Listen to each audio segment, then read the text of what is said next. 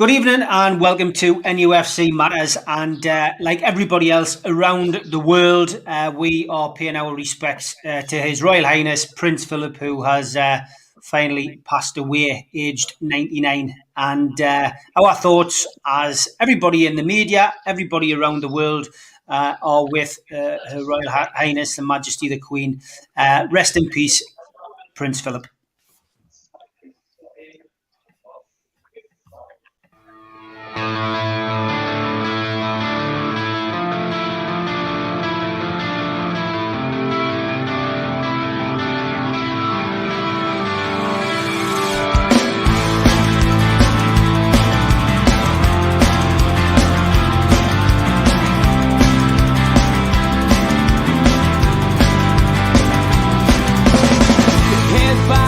Critics attack. It feels like I've been talking to myself again. But it's the only way you're ever gonna learn. You look back and it's all in the past.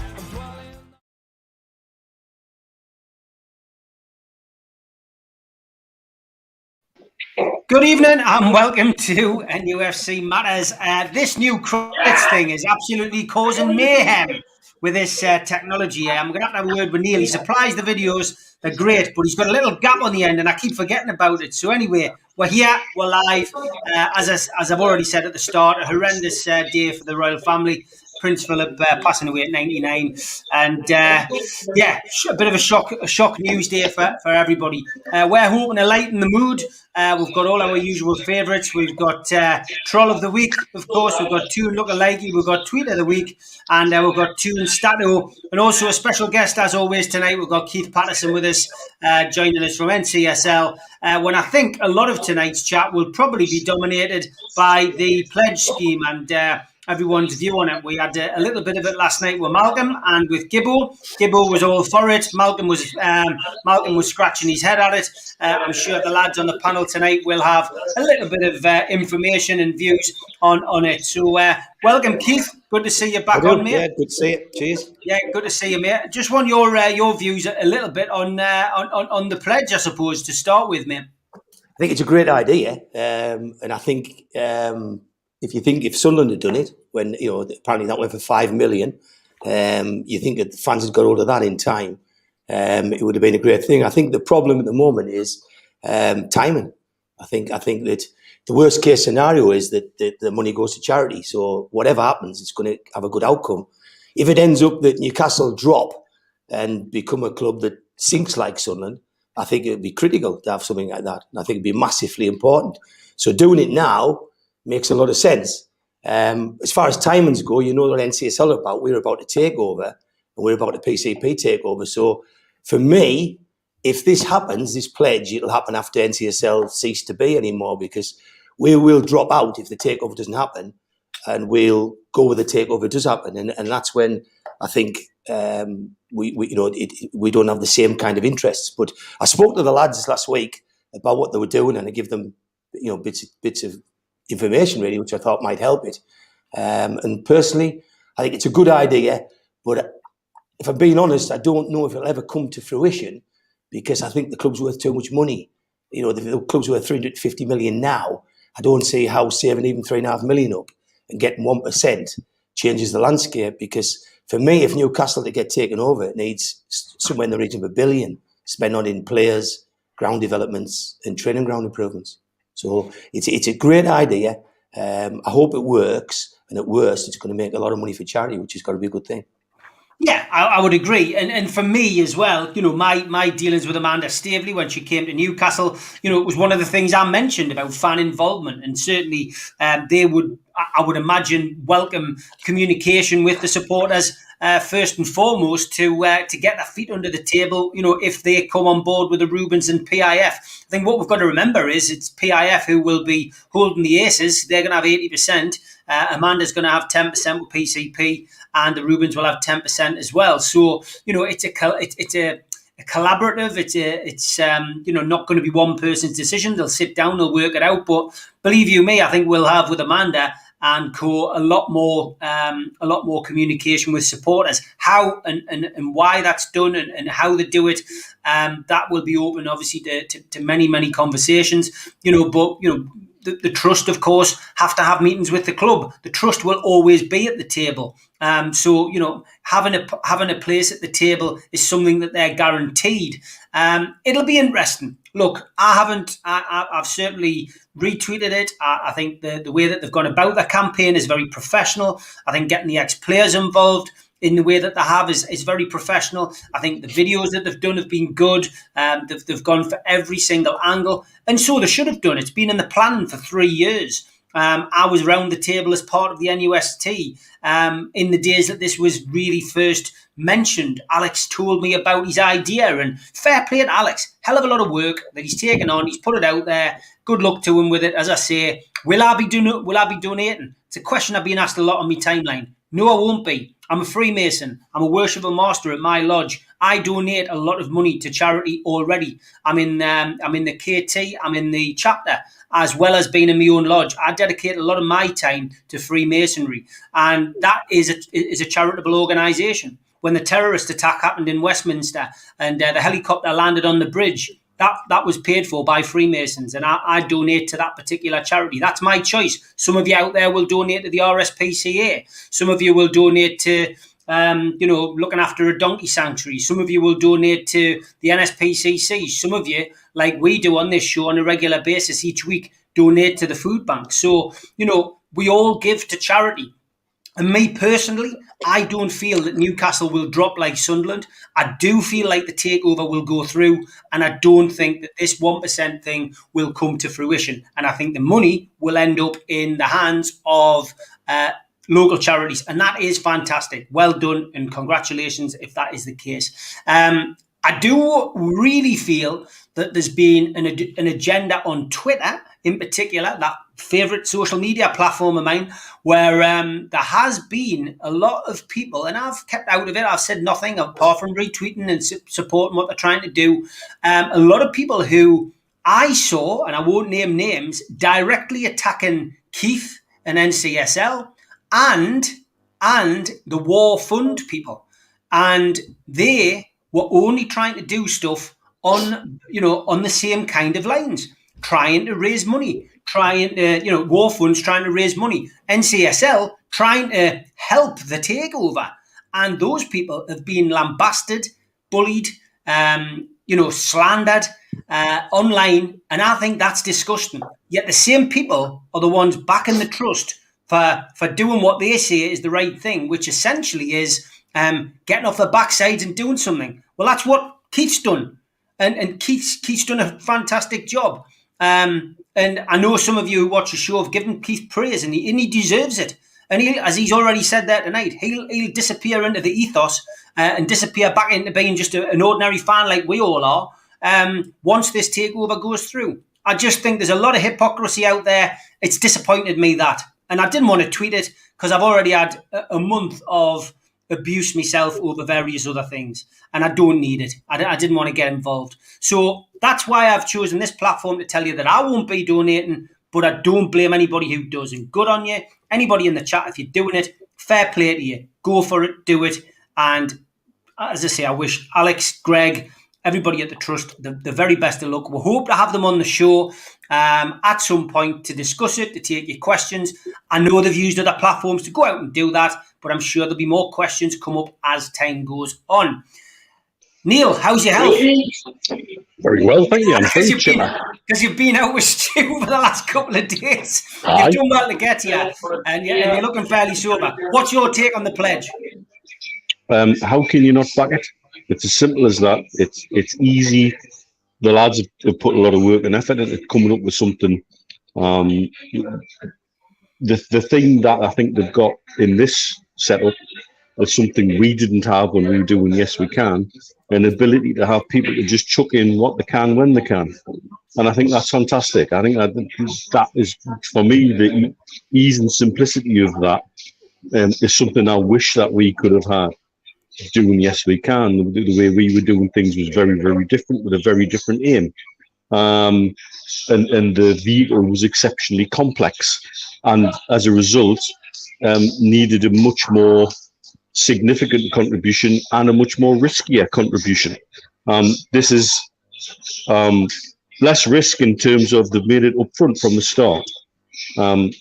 Once you put your money in, you can't get it back. It's going somewhere, be it towards the 1% or be it to charity. And I think that has to be upfront from the off. I was lucky enough to have about an hour on the phone with Greg, chairman of the trust, through the week, and grateful to him to reach out and bounce things around. I give him a hard time. I put my devil's advocate hat on. I threw him all the questions we were throwing during Yes We Can, and then some. Because I know what people will come out with. I know the thing that annoys me the most with what I've seen so far is that depending on whether you back it or you don't, many people are making this almost a binary thing, and it's not. If you want to support it, support it. If you don't. There's no obligation here. It doesn't make you a better fan or a worse fan. It doesn't mean you're pro this or anti that. It's something we should just all get behind. You know, how can you not? It's simple, straightforward, and what have you. Will I be donating? Well, like you, Steve, I have significant outlay to animal welfare charities out here in the Middle East. I wouldn't like to quantify. In fact, I did try and quantify the other day how much I put in animal welfare charities out here over the last 5 years, and I stopped. So, you know, but that's not because I don't back it, not because I don't think it's something worth backing. I see it very much like Keith did. I think Keith, I see it much more as a long-term thing. And in fact, if I was the lads at the trust, I wouldn't say if they get to the amount they want, keep going, have the fun there, because the potential of doing a Sunderland, and I've thought long and hard about this, about looking at what happened to them, where they had an owner originally with a chairman and Niall Quinn, who actually actively dissuaded them from setting up a trust at the time. But everything was rosy in the garden then, and everybody was happy. Then Ellis Short came in, and then things changed, but they seemed to be happy, and everything was rosy. And then they fell, and then they fell, and then they fell, and then they ended up in the hands of a chancer. Where if they'd had a supporters trust with the ability to raise the kind of cash that we're talking about here, it could have fell into the hands of the fans. And I think that's what I see this vehicle as potentially something that could be even longer term. Because taking 1% now at 350 million, say, what if a takeover happens and in the next 5 years the value of the club becomes 700 million? That's then you're now at half of 1%. And what does that actually do? You know, I think it there's a lot of bigger picture things and a lot of arguments and wheels within wheels that I could probably bang on about all night, and I won't. But I certainly see where Keith's coming from with his point of view. I also don't see why anybody should be against this, because they're doing something. And I've preached this here a long time. Stop knocking people who are doing something. We've all, as four of us, have done things in our time. And I think all four of us can go to bed at night and lie straight in it and stare ourselves in the mirror and say, yeah, we've done something. We at least tried. We had a go at something. It might have been a little bit different or not. You can't knock people for doing that at all. And a strong trust with a financial backing is something that, good God, I wish I'd had when I was the founding chair of that. When we were having meetings in the Irish Centre and wondering how we were going to pay for banners for this and this, that and the other, you know, I would have loved that. And I wish I also had a better handle of the global fan base of Newcastle United the way I do now. But I don't, and certainly nobody doing anything in this manner should be knocked for anything at all. Yeah, Mitch, Chris Collins, he's asked, can we have a quick look round his boozer just to make us even more jealous? So go on, this is Mitch. I'm down the bottom end. It's a bit quieter. Obviously over here, you might recognise this gentleman who may be coming into shot here in 7.5 years. Oh, he's got hair. He's got hair. Evening, chaps. He's got his toupee on tonight. Aye, has. Aye. Kevlar. And then over here, over this way. All right. Oh, Jesus. Sorry, Kevin. Pool tables. Oh, very good. And then down the bottom end. And it's a little loud because IPL's on, started tonight, and there's a big Indian crowd in watching the cricket. Good stuff. There you go, Chris. I hope you're happy with that. Fantastic. Cheers. Little quick tour. It was very good. What's it called? It's called Goodfellas. Goodfellas. And it's rubbish in a really rubbish but good way. Yeah, exactly. Well, that's great. That's a place to go. That's where you find Mitch on a Friday night if you're ever out in his neck of the woods. Steve, on to you, mate. The pledge. Yes. I see you've been getting a bit grief on social media, mate. Welcome to my club. Yeah, have I? I don't know why, but you know what? Everything's been said. I mean, what can you say? Good luck to the lads. I just like everybody else. I spoke to Greg on Wednesday. Greg had the decency to phone me up. He phoned me up because we'd been involved, and he was talking to people who had been involved in the trust in the past, and he just wanted to give us the heads up on what they were doing, which was very good of him. It was a very brief conversation because he didn't go into the detail, and I'd heard a little bit, and I didn't want to get embroiled into a deep-seated sort of intellectual conversation on the rights and wrongs of what they were trying to do or the pitfalls they may encroach on, because they will find that out as they move forward. Get behind it, yeah. If you want to get behind it, get behind it. Good luck to everybody who's involved. What I would say is that and it's not supposed to sound crass, but it shouldn't be a blackmail. It shouldn't be a situation where certain supporters are saying, if you're not backing this, then you're not a Newcastle fan, which I've seen. That's wrong. I've seen people saying that that with the fund, whoever owns the club cannot ignore it and will have to act. They don't know that because they've never spoken to potential owners. So again, it's putting words into people's mouths, or it's putting ideas out there that something can happen that may not. I think everybody just has to stay calm, stay cool, see how the situation pans out. If I did have one criticism, it would be the timing. I know you guys have spoken about the timing, and you feel as though because of the risk of relegation that it's probably a good time to get your eggs into the basket. I just think that before the arbitration situation was boxed off and we knew what was actually going to happen, because let's face it, Mike Ashley's going to be there. If the arbitration fails, he's going to carry on and being the owner. They're not prepared. The trust have said they're not prepared to buy off him, so they're then waiting for him or for the club to then completely implode, get relegated, end up in the third division, and then expect him to turn into an Ellis Short and throw away a couple of £100 million or more, and allow somebody like a Stuart Donald to step in, by which time they can come along with a Stuart Donald and say, we can match you. Again, this is all figment stuff. We've got no way of knowing this was going to happen, but they're getting the ducks in the row. They're putting something forward, and good luck. I think everything else has been said, guys, by you three. Yeah, Jed saying, I'm seeing some say if any new owners don't agree to sell 1% in the future, they are charlatans and clearly just in it for a quick buck. It's already damaging future relations. Keith, I know you sent me something to stick up on the screen as well, which if I can find it, I will certainly stick it up. Yeah, here it is. This line. I think it would say a lot about the new owner if they ignored this. So this backs up what Jed's saying in the chat, isn't it? Who said that? I think that was. I think Steve, you know who said that, didn't he? Is it Thomas from I think that was it must have been Charlotte. It must have been Charlotte from True Faith in NUST. She must have done that. I think there's a good point to talk about here, because this does concern me. Is if Newcastle go down, I don't see Mike Ashley taking the hit of 150 million and selling. I think he'll stay for the year. So it means if he does that, I've spoken to the club. They won't be selling any percentage because they want to sell 100% or nothing. So the club won't sell. So then it delays this, but obviously allows people time to save. However, I think everybody assumes as soon as the takeover comes through, they're going to sell 1%. There's something I wanted to say about that, which is quite important, is in company law,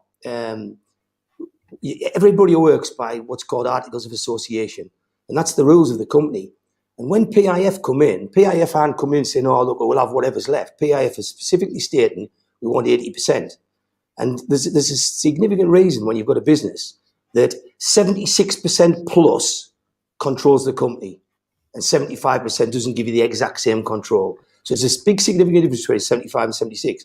So I'm not surprised that PIF want 80, and they don't want 1% less. They want 80%. And they've said to the consortium that they will work with them and they can do what they wish for their 20%.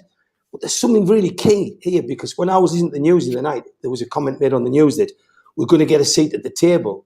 And I assume that meant that by buying 1% of the company, you're going to get a seat at the boardroom table.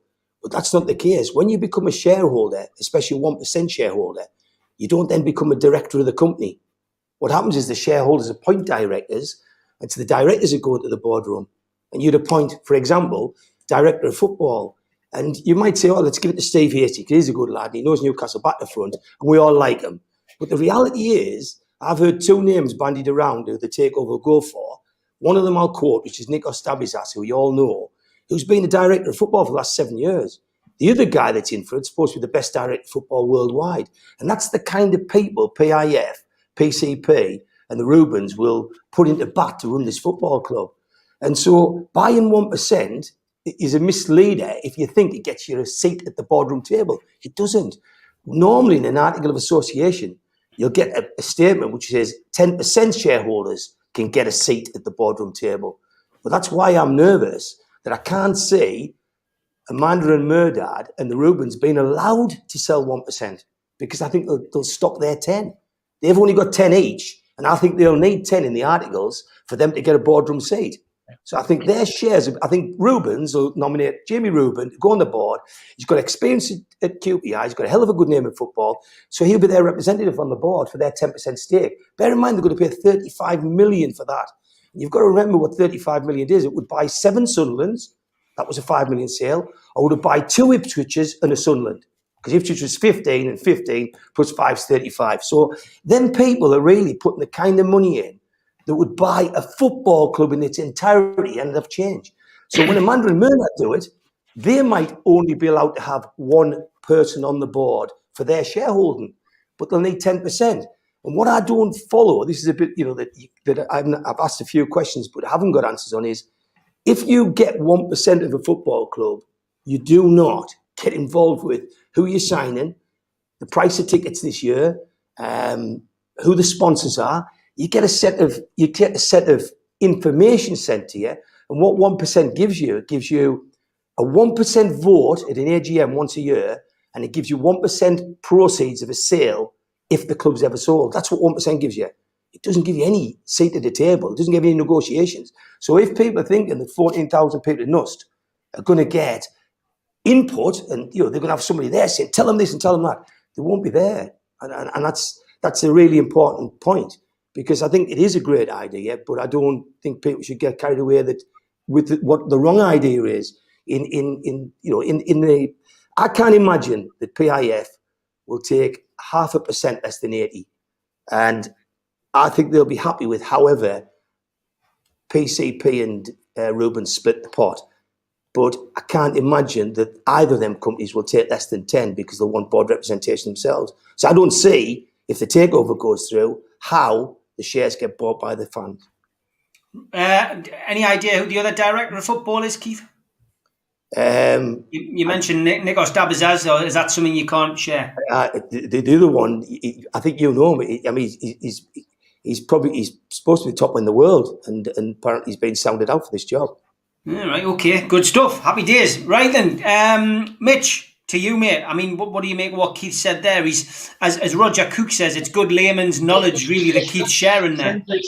Yeah, and very relevant, and something that, me and Steve have bounced around this week as well about what percentages get you what and where. I know a lot of people have been holding up Swansea and the Swans Trust, who have 20% of their club is an example. Yet they're at the minute embroiled in an arranged marriage, effectively, with a majority shareholder that doesn't really want to work with them by all accounts. And if you look into the sort of the pickle they're in, they really couldn't stop some of the financial mismanagement that saw them relegated from the Premier League last time. And they were trying very hard to stop certain things and couldn't, and that was with 20% of the club.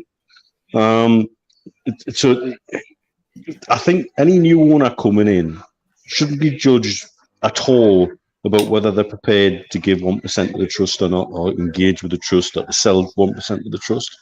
I think that's really, it comes back to divisiveness. It comes back to, using the situation to create something of an issue that shouldn't even be there. You should back it 100%, but shouldn't then use it as a tool or have it weaponized in some way. That said, it will be great PR to get involved in some way, shape, or form. But fan engagement should come in very many forms, and any worthy owner shouldn't be judged about whether they just go to the trust or not. They should be also then judged about how they interact with the fan base as an entirety, in many ways and in many different settings. Because there are 14,000 members of the trust, but there are more season ticket holders at St James's Park, not all of whom are members of the Supporters Trust. And therefore, how do they have their voices heard if they do not want to be members of the trust, for example?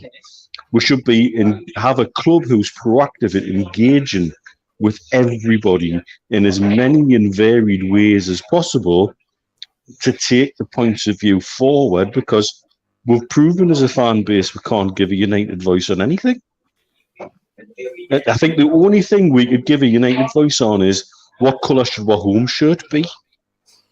I think as well, we've got to remember as well, lads, that and I have to remind myself of this because of some of the things that happen to me on social media. But Twitter is such a small percentage of the fan base. I've said this many times, and we can easily, if you let it get to you on social media, you can actually feel as if the whole of the fan base is against you, when in reality it's not all the fan base, because these kind of protests and things that have been organised in the past and other things that have happened, because of the poor turnouts that we have, it's literally because a lot of people just use social media, and social media isn't the best place to promote campaigns. It really isn't. Yeah. It's a small place to promote campaigns, but if you want to get people behind a cause, if you want people to support something, it's never changed. You've got to get out and do it. You've got to get on the street. You've got to go to social clubs. You've got to go to bars when obviously we're not locked down, and you've got to speak to supporters. That's the crack. Do you know what I mean? That's how it works. Yeah. You know what I mean? Steve, you've been there. Yeah, well, that's why we pushed you, myself, and a number of others to bring back the fans forum, which we started campaigning for in around about 2012, 2013, and by 2014, with much cajoling and convincing, the club agreed to start the fans forum again. Some people then knocked it because they felt as though it wasn't hard hitting. It was paying lip service. We got slagged off by fanzines. It got slagged off by individuals. And certain individuals don't even talk to us now because of me involved with us. In fact, they've done everything they can to diss everything that I've tried to do. But what the fans forum did was it gave an opportunity to communicate. The very thing that we're talking about now was communication. The manner in which we communicated might not have been the best. And with a more proactive owner and a more proactive board, maybe the communication would have been much better. With a more galvanised fan base, perhaps the communication might have been much better. With a lot of support behind you, maybe the communication might have been a lot better. And it would have been a two-way stretch, and maybe we wouldn't have been in this situation. But the fans forum is what it is. It is no longer. It doesn't exist. It blew up in 2019 when ironically the trust decided that they didn't want to be part of it and did everything they could to basically seek change. And the change was that we no longer had a fans forum, and we brought in some crazy scheme that's only seen 4 meetings take place on 4 different topics over one weekend over Christmas 2019, and that's been it. because after that, COVID set in, and none of those meetings took place. None of the meetings that were originally planned under the new format, and we also didn't get the season preview and the season review that was promised, which would have been a full fans forum setup. So the whole thing went down the tubes. So we can scream as much as we like that we wanted communication with Mike Ashley and wanted communication with a football club, but we did away with that communication aspect 2 years ago. And yes, we could argue as much as we like, and we've got opinions, and I've had people constantly on to me because if I keep talking about the fans forum that I'm having a go at everybody else, but I'm not. I'm saying that the key was, regardless of what you hear, as long as you communicate, and just because you hear something that you don't like doesn't mean you don't communicate. You don't carry on the dialogue, otherwise you get nowhere.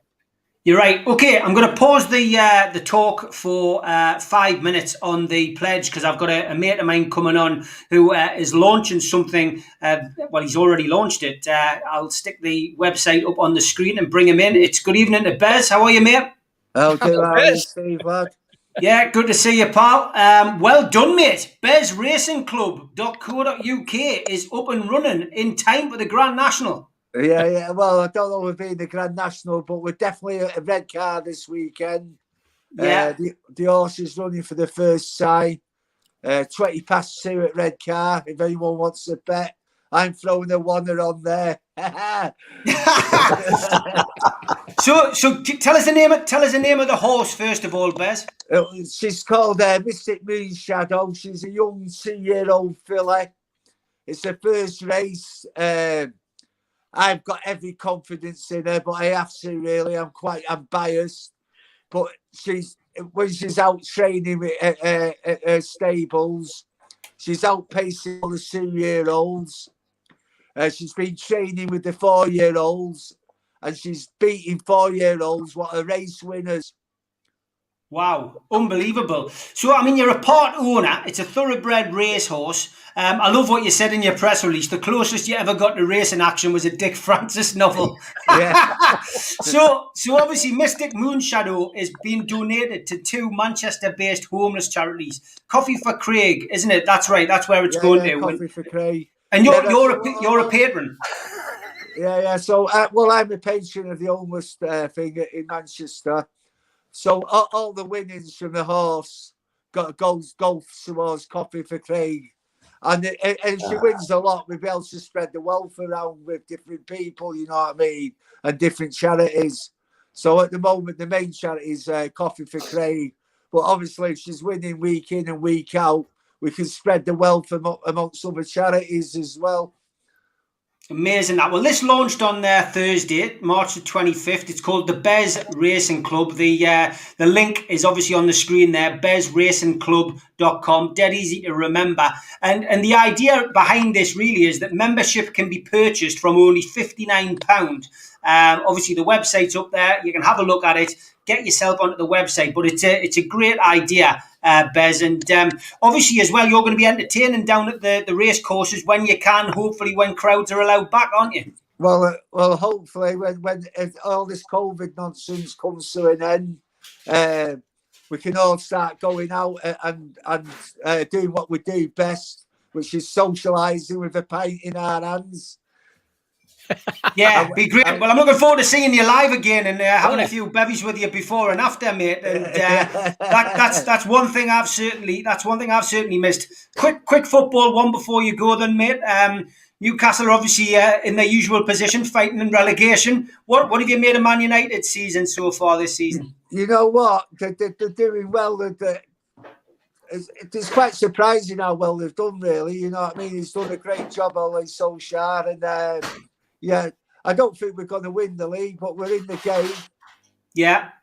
Of course, your biggest rivals are there again, up the top end of the table. It seems to be getting Ollie and the team seem to be playing more. So maybe next year could be your year, Bez. Yeah, fingers crossed. You never know.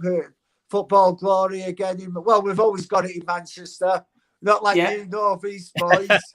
God, don't remind us. Don't remind us, mate. Still in Europe, though, Bez. Still in Europe. All right, mate. Listen, best of luck with it. bezracingclub.co.uk. Love to your last, mate, and looking forward to seeing you again soon, mate. Yeah, Take good care, to pal. talk to you, Steve, again, mate. Take Cheers, care, man. lads. See you, Take lads. care. A bit, lads. Take care. See you a bit, See ya. mate. Great to have Bez on. Very good. Happy Fridays. Somebody said in the chat.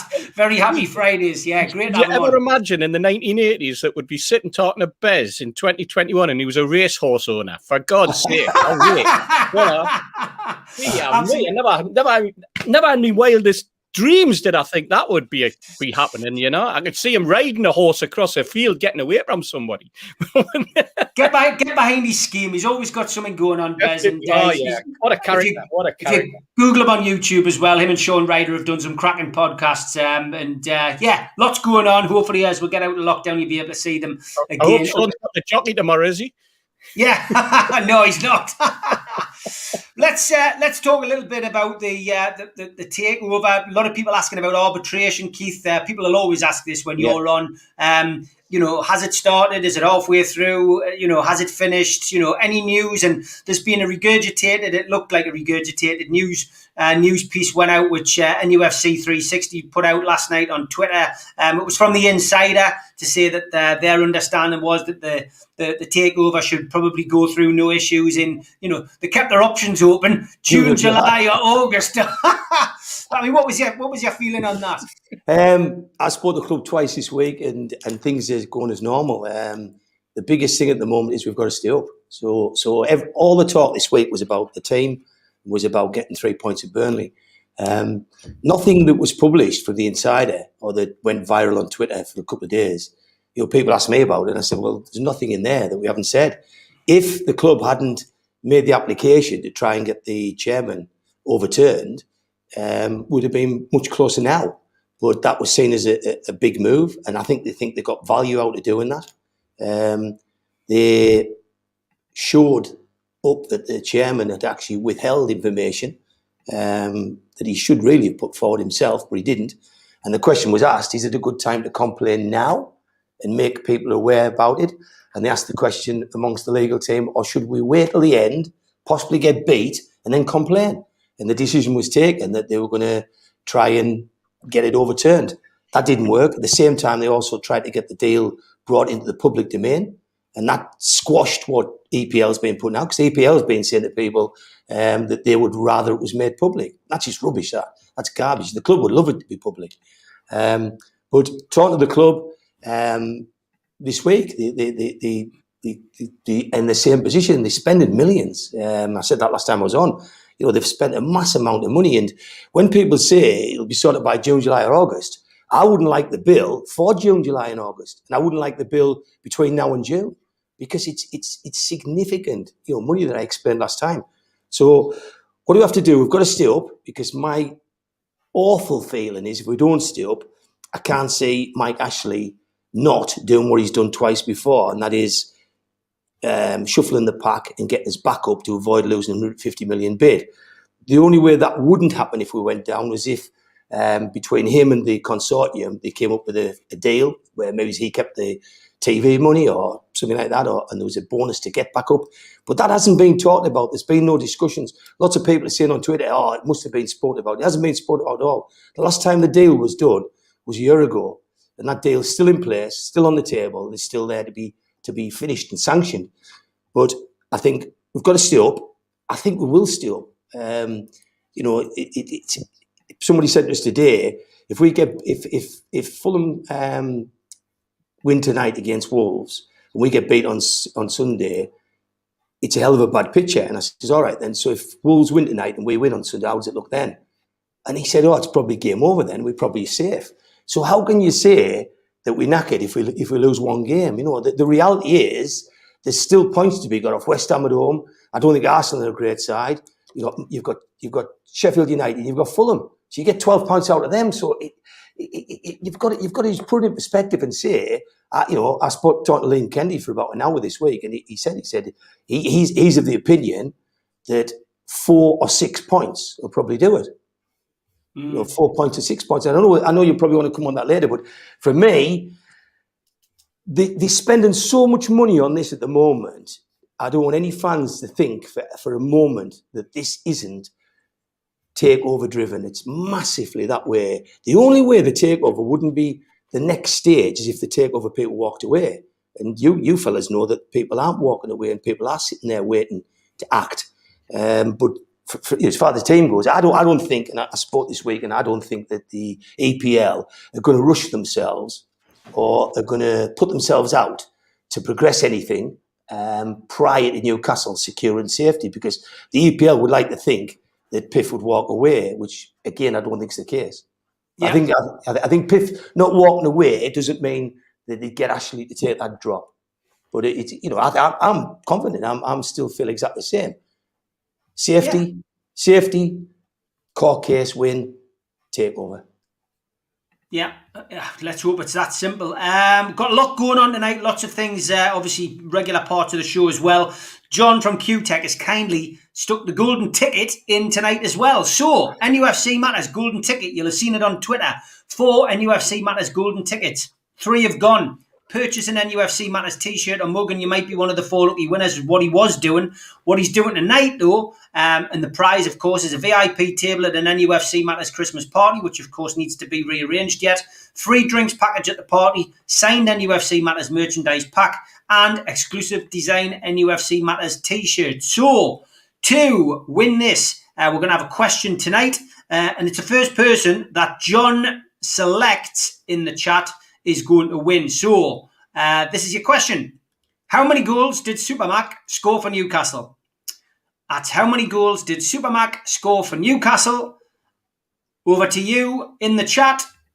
Get the answer. John will pick a winner and he will let me know and I will announce the winner before the end of the show. Don't forget as well for the food bank, NUFC Matters Back to the Future t-shirt is up for grabs on my Twitter at Steve Wraith. It's pinned to the top. Get your bid in and I'll announce who's won that at 7:15 in an hour's time. You've got an hour to bid for that. It's a one-off t-shirt, Back to the Future NUFC Matters t-shirt. All proceeds, of course, go to the NUFC food bank. And I think what we'll do is, because we have got a lot to squeeze in, we will go for look-alikey. So here we go.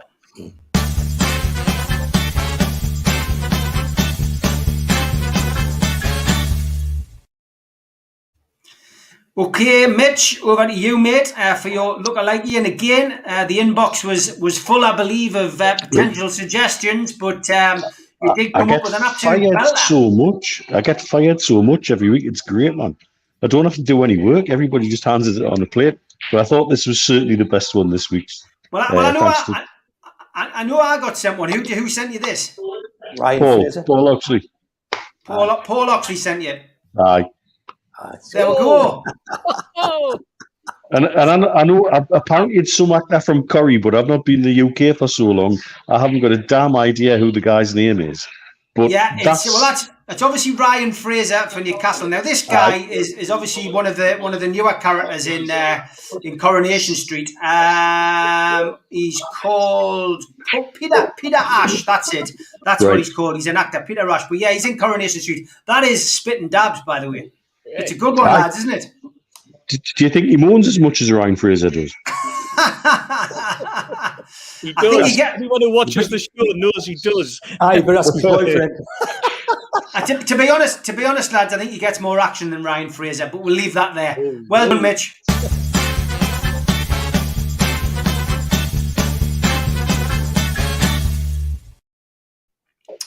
Yeah, good stuff as always, and we've still got Tweet of the Week and Troll of the Week to come. Let's talk footballing, and yeah, obviously we need to talk about the injury situation. Mitch, Lascelles, we've heard today is missing for the Burnley game. Some people will say that's great, other people will be very disappointed. What's your take on Lascelles being out? I think that in terms of footballing, if we've got Fernandez and Clark fit, we've got great options at centre back. So I don't think in terms of footballing problem, it's not as big as it could be. I think it comes back to what we keep hearing about what's happening in the dressing room about who's going to be the captain. and about what Lascelles wants to do with the captaincy or wanted to, and about who the next person in line that Bruce has in mind. Because if I'm hearing that Willock had a go at Shelby about his lack of effort and training through the week, and then that was a very polite way of putting it. Let's be honest. And then he's gone running to Bruce like teacher's pet, telling tales, and then calling Willock what boy wonder constantly. You know, and then he's next in line for the captain's armband from the manager because they've got some sort of special relationship. It seems, you know, that doesn't help in the situation we're in. It doesn't help with the dressing room at all. But that seems to be something we're stuck with now to the end of the season. So we've got to live with it. We've got to ask the players to look beyond what their personal feelings are in a situation like that and say, right, just keep playing, put the effort in like you did against Tottenham. You know, keep going. From a football perspective, yeah. Look, if Lascelles had been having an epic season, this would be a big loss. He hasn't. Let's be honest. He hasn't been great as a footballer on performances. We've got options at centre back. I still don't see the relevance of playing Kraft at right side centre back when he's neither a right back nor a centre back for me. And so we should be looking at perhaps at doing something different there anyway. But if Clark and Fernandez are both fit, we've got a back three rather. If he's going to stick with the same formation, we've got a back three ready made there. So it shouldn't be that difficult. The other thing I hear from the training ground this week is that Joe Linton's been doing extra work with the coaches in Dubravka after training sessions. Which, if that's true, you know, for somebody that we've given plenty of stick to over the last few months, I'll take my hat off to him if that is actually true. If he's putting that extra in, that's all you can ask from a player. Is he good in goal? I don't know. Maybe. It's shooting practice. I mean, well, that's what I would hope it is as well, mate. You know. I mean, perhaps have lined some cows' asses up and give him a banjo. Yeah, I don't know. I mean, a lot of people talking about Shelby, Steve. People assuming really that Shelby's going to be the captain if Lascelles is out.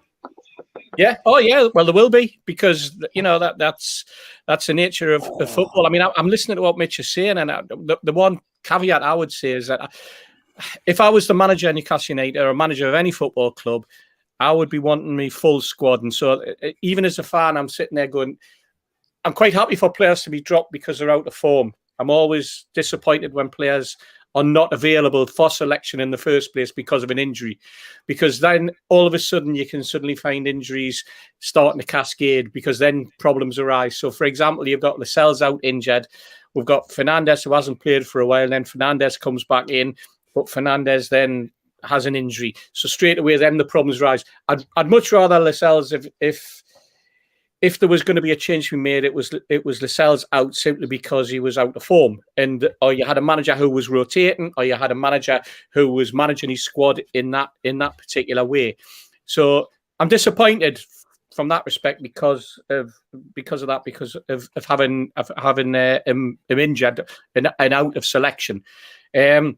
The Shelby one, though, when we'll be talking about the team selections later on, and I'll give it away straight away that he wouldn't be he's not in my 11 for tomorrow. But now I'm going to have to, he is going to be playing more than likely, but he wouldn't have been in my 11 if I was making the selections. And there's a rational reason, as we'll probably discuss later on, about why he would not be in my 11. I thought that his performance was, again, on Sunday, average. I thought that there were some players stepped up and performed much, much better than they have in previous weeks. but I thought that Shelby was the weak link. I couldn't understand that situation where we ended up with Shelby playing in the middle of a back three at one particular point. I didn't know whether that was because he just decided he didn't want to move into midfield or whether it was tactical. It was literally that confusing for us, Steve.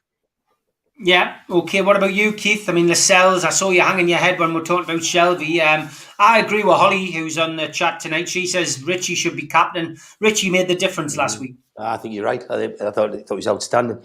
Well, you've picked all the players. You've picked them all up. We'll say I'll have to talk about the coaches or something. But the information I had last week, I give to Liam, and it shocked him because last week I was the one who said to Liam that ESM was further ahead than Wilson was. And Liam was shocked at that because I think we all thought that Wilson was further ahead than St. Maxim. So we got a bit of a shock last week when St. Maxim was named. But again, this week I'm hearing that Wilson hasn't been cleared to definitely play. I'm hearing that it will be touch and go whether he plays or not, and that they won't rush him back in if he's not right. And I heard that on Thursday. So I don't know whether it proved the exact same source, and it proved right last week. So if I was picking that team, Shelby wouldn't get in it. No way in the world. So, if I was picking the team, it'd be quite easy. Dubravka in goal. I'd put Richie and Dummett at full-backs. I'd put, obviously, wing-backs. I'd put Clark and Fernandez. I'd have Longstaff and Willock in the middle. I'd have Joe Linton and Murphy on wide, and I'd have Wilson and Carroll up front. Take Joe Linton off, I'll put ASM on. So I'd put ASM and Murphy wide, and I'd put Wilson and Carroll in. If Wilson doesn't play, I'd put Gale in next to Carroll. That's what I would do to start with. I'm not saying I'd play it for the whole game, but I'd play it till Carroll stopped running. And I just think that he's got a presence, and I think he's got a reason. I think he's got something to prove. And that's what I'll be picking. But Shelby, I just don't get it. I mean, he's slow. It's been well reported this week. He's dropping Willock in, and he got Willock dropped last week, and he's taking the piss out of him because he's called him a blue-eyed boy because he got a goal. Really? Is that what a senior pro does to a young kid who's on trial? Honestly, if I was in that pitch on the just about clip him, I'd go past, I'd just give him a slap across the ear because you can't knock kids that come on trial from other clubs and they get a goal, against Tottenham, an Arsenal player getting a goal against Tottenham, and your reward is to call him, was it Boy Wonder or somebody called him? Is that right? Because I've not heard that. I mean, Well, Mitch, is that right? It's what I was told. Yeah, and from one of the more impeccable sources that we have. Right. Okay. And that's straight off the training ground. And I got it off the training ground of someone who different to what Mitch said. The same person told us that Wilson wasn't ready last week. So for me, lead by example. But when you've got a person who's like verge of the England squad, 30-year-old or something, having a pop at a young kid who's just got a goal, massive goal for Newcastle against Spurs. Seriously, that's just awful. And for me, I think that somebody said you need to put people around Shelby who's got legs. Well, why do you? Because if you're good enough, you've got the legs yourself. You don't put people in to counteract for people. People are quick to criticise how much legs Carroll hasn't got. But you can far better get away with a centre forward who can move around the box and hurt people and knock people around and get headers and score and cause mayhem than you can in the middle of the midfield. So that's why I think you just drop him. I think he's a bad egg. Mate, that's what I think. I think he's had 20 odd games to show what he's got, and he's showed not a thing. And I can think of other lads in that dressing room who don't get a game. I'd pay for him. I'd play Joe Linton before him. There you go. You might think I'd have bang on the head, but I would because he gives effort, honestly. And I just think Shelby, I think he's like a petulant, tired wannabe. We're not good enough as a side to have somebody that just pings balls about. We don't have that luxury. That's a luxury you have if you're Man City and you afford, where you've got 70% possession. But when you've got possession at 20s and 30%, you can't afford to lose the ball at the rate he loses it. And he does. His distribution's been lousy last 4 games. Yeah, well done to Watling85. He's won the competition. I don't even know how many goals Supermax scored. Was it 138? Was it 95? I've got no idea. John might tell us, but well done. He's won the golden ticket, the very final one. VIP table at NUFC Matters Christmas party. Free drinks package at the party. Signed NUFC Matters merchandise pack. Exclusive design NUFC Matters T-shirt. Great prize. Big thank you again to John for putting that prize up as well. Big supporters of us, QTech. And thanks to our main sponsors as well, who I'll give a shout out to now. Spider VPN, who've been with us for 3 months now. Big shout out to them. Get onto them for your internet security. And a big shout out to our new sponsor for this month. It's Newcastle and Whitley Bay. They're based in Arcot Interiors. They were established in 2010. Get onto their website, arcotinteriors.com. You can email them at enquiries@arcot.org.uk or give them a ring at 0191 265 8663.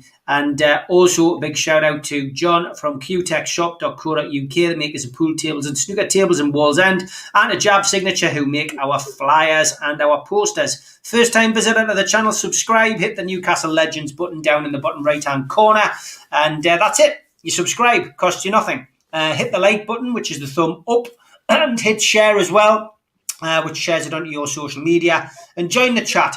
If you can, jump in the chat, have a chat with all the people in there. Some great people, some regulars, and some newbies as well. But it's very friendly. Everyone's got an opinion, and sometimes we get the time, we'll read them out on the screen.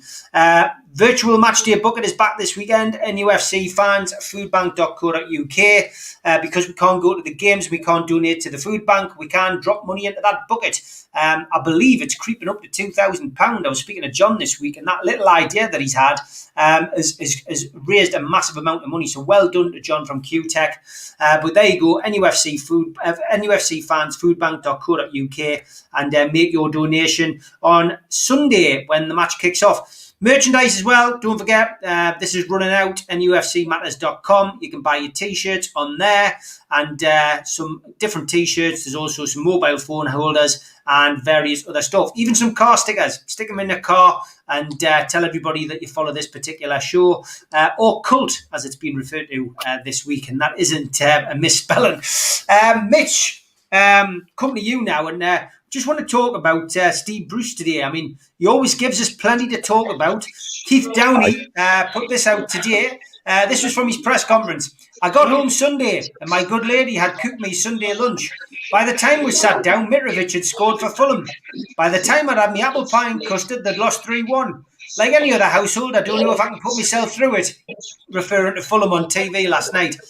I thought that was quite funny. Obviously, it's taken out of the press conference, out of the context. Shows Bruce has got a bit of a sense of humour.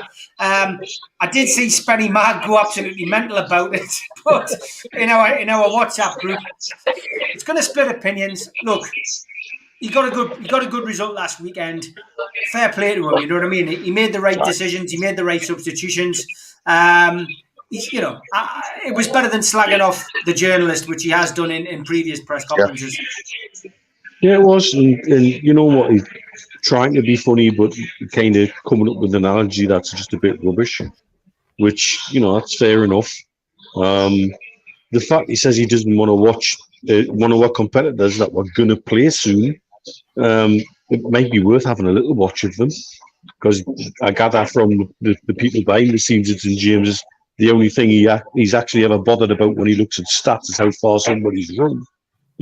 Maybe worth having a look at how they play and how they're set up and who their star player might be, Maybe worth having a look at the game. I certainly would. I'd want to watch every single minute of it. At the end of the day, it's super frustrating. To see him, it's almost like he's got a bit cocky because he managed to get a good result. So he's going to come up with something that he thinks is funny. It is just, for want of a better word, banter.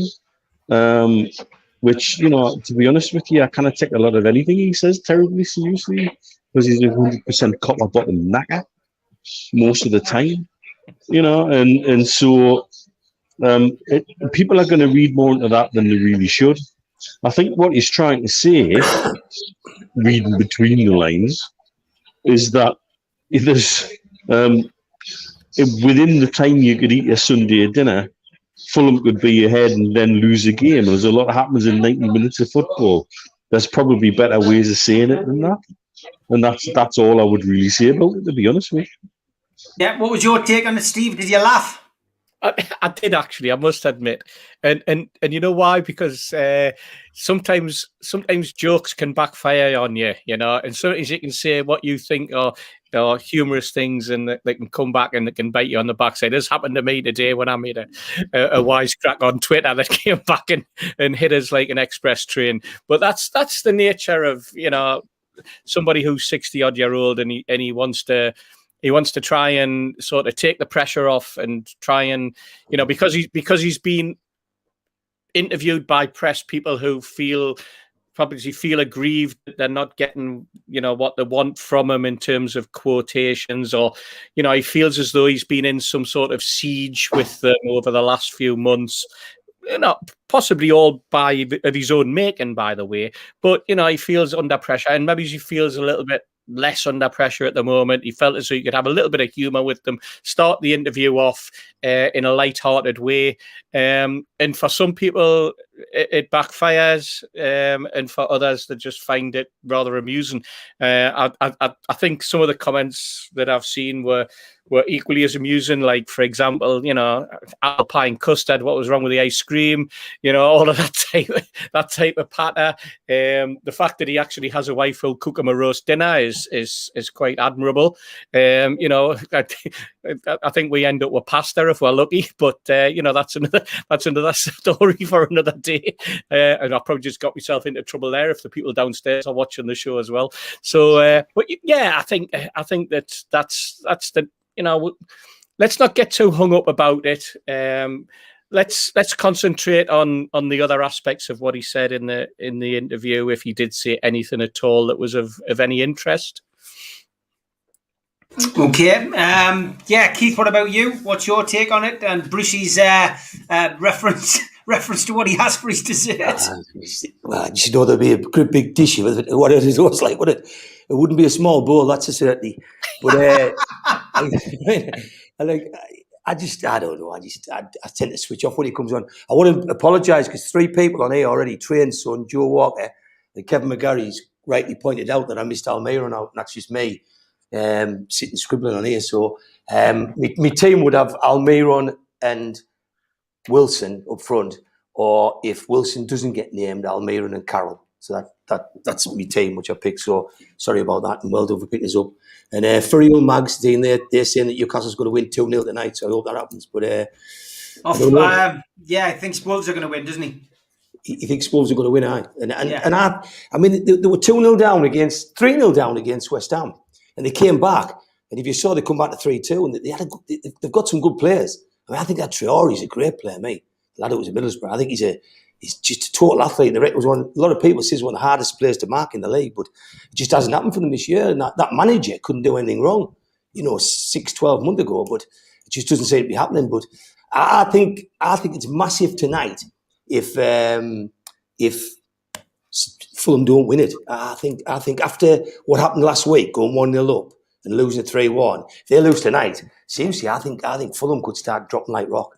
And it's it's all about them and us, really. I think we beat Burnley. Yeah, they're back in it. And as other teams can be, but I genuinely think tonight's it's a massive game. This for Fulham. They've got some awful games coming up, but don't know. All I hope is that I hope Newcastle go and attack Burnley. That's the big thing. If you think of the Brighton game, we're like wet lettuces. There wasn't one bloke on there you would have patted when he come off. But against Spurs, you had like centurions when they came off. They all were, up for a battle and up for a scrap. So against Burnley, I just hope we go at them. And that's why, I'm keen that if Wilson, I'd love to be Wilson Almeida up front, but if Wilson was injured, I'd just start with Carroll. And then when he's knackered, bring Gale on. Do you think PIF could walk away if things continue to drag out with the Premier League? That's a question for you from Karen. Karen's the biggest flapper in the thing. Karen Chalk. She every week she flaps about something. Does that girl? No, I don't think PIF will walk away, Karen. I keep telling you. I think that PIF, all the rumours about them in Italy, they're going to buy this and they're going to buy that, none of them developed. PIF are sat there the same as they were the day that they wanted to do the deal. If you can take your timing on PIF from PCP and the Rubens, because they only want to do this deal with PIF involved. That's my understanding, and they are as ready as anybody. And I think they're ready because they know PIF sat with them. So I don't see PIF going nowhere. I see a real difficult day coming if we got relegated, because I think PIF will make a bid to Mike Ashley that he wouldn't take, but I don't see that happening anyway. No, me neither. Going to be interesting couple of months. Let's just hope we can stay up. Interesting couple of hours. And when it is, yeah, let's hope Wolves do us a massive favour tonight, and and that takes the pressure off and gives us a huge opportunity tomorrow. Once again, it is time to do one of our regular slots. This time it's Tweet of the Week.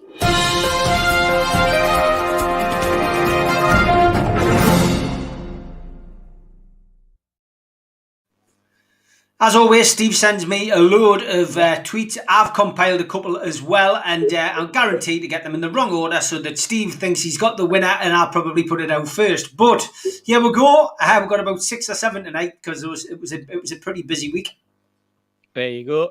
You couldn't club a club better than me. That's class. Too busy crying over who's blocked it. Well done. Yeah, Money Mike Ashley made a welcome return to the Twitter sphere and came back with a couple of belters. That was particularly funny. It did tickle me. I like this one. This is one of my chuck-ins. Somebody watching the Retro Show, Kevin McGarry, posted this. Absolutely brilliant, that, isn't it? Absolutely brilliant. Well done, Kevin. That was it. That was in reference to Mitch and Stu, who were on the Jaegers. If you watch Wednesday night show, we were talking about Ipswich Town. The amount of Jaeger being consumed that night was absolutely mental. And it was a good night from him and good night from me. But I spoke to Mitch the next morning, and by God, he was pretty sober. Aye. Fresh as a daisy, man. That was it, fresh as a daisy. Okay, This next one's from a friend of the show, Zara. Yeah, this one.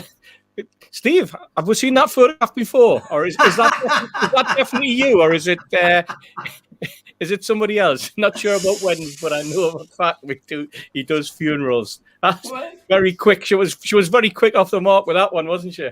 She was, aye, very good. She's got that photo saved in a camera roll, that's for certain. I think so. That was a beauty, that. This is a beauty, like. That was a cracker.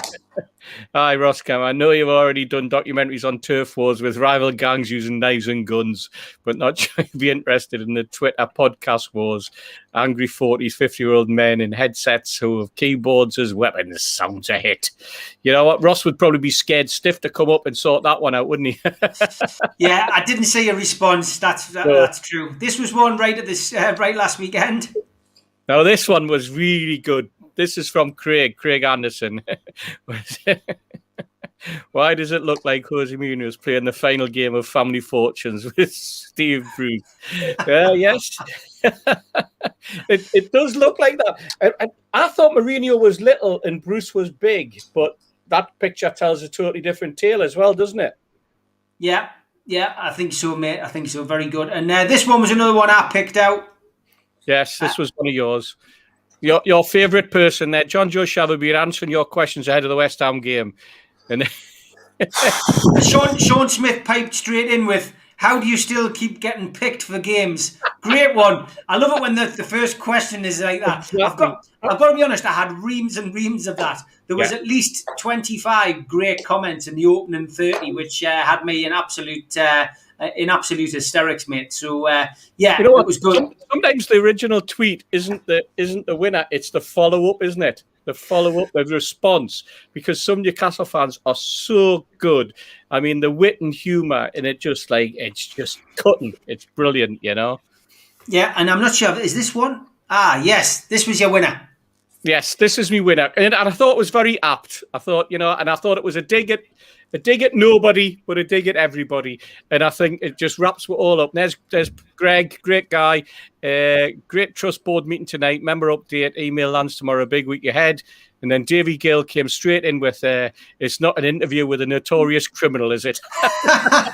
You know what? He wrapped everything up there. Well done, mate. You know, keeping the old banter going with the, the themes, you know. Fantastic. Inundated. Brilliant stuff. Well done, Steve. Some great tweets there.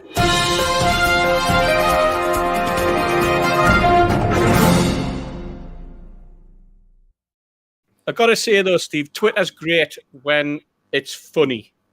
When the humour, when people are willing to have a bit of a laugh, a bit of humour. We've always said it's a poisonous place, but it can be a place of enjoyment and it can be a place of fun if everything's treated in the right way.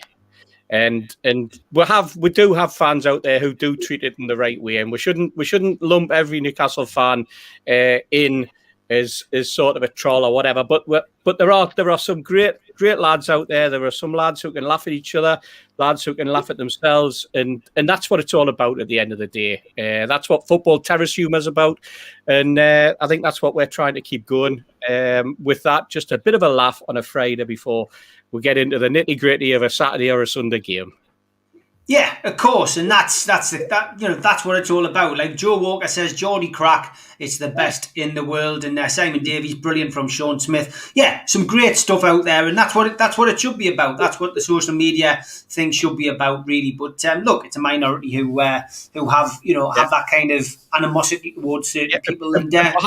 Perhaps we should add, Steve, that those who are abusive on Twitter, if this was the old days, they wouldn't be on the terraces; they'd be lying on the terraces as well. Some of them, if I'm perfectly honest.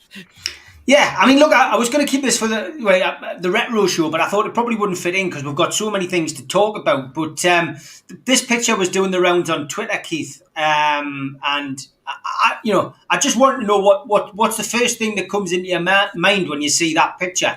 I thought it's a great picture, part of my childhood. I'm sure it's part of all your lads' childhoods.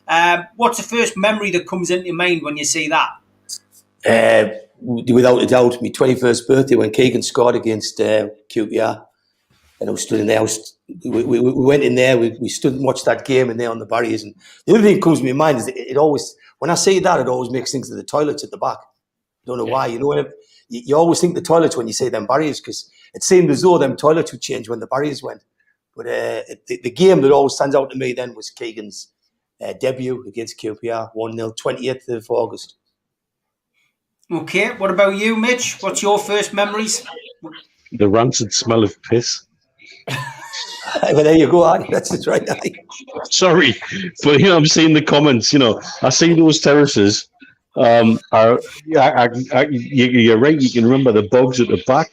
And the fact that, if you didn't go before half time, you'd be wading knee deep through. And Chris is right. The pee running down the bloody steps. It was constant and persistent. And there's a certain odour that goes with that. And you get wet when you stood there because people pee on your leg and things like that. Aye. You never forget. I had a mate who went with a big parker on. Somebody peed in his pocket.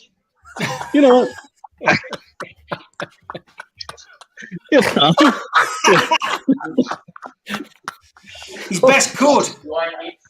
Right. And like Keith, you can remember games. I can remember games like the Keegan game where I was down the front. And I ended up missing a shoe with my glasses at 45 degrees. And I didn't give an absolute flying whatever.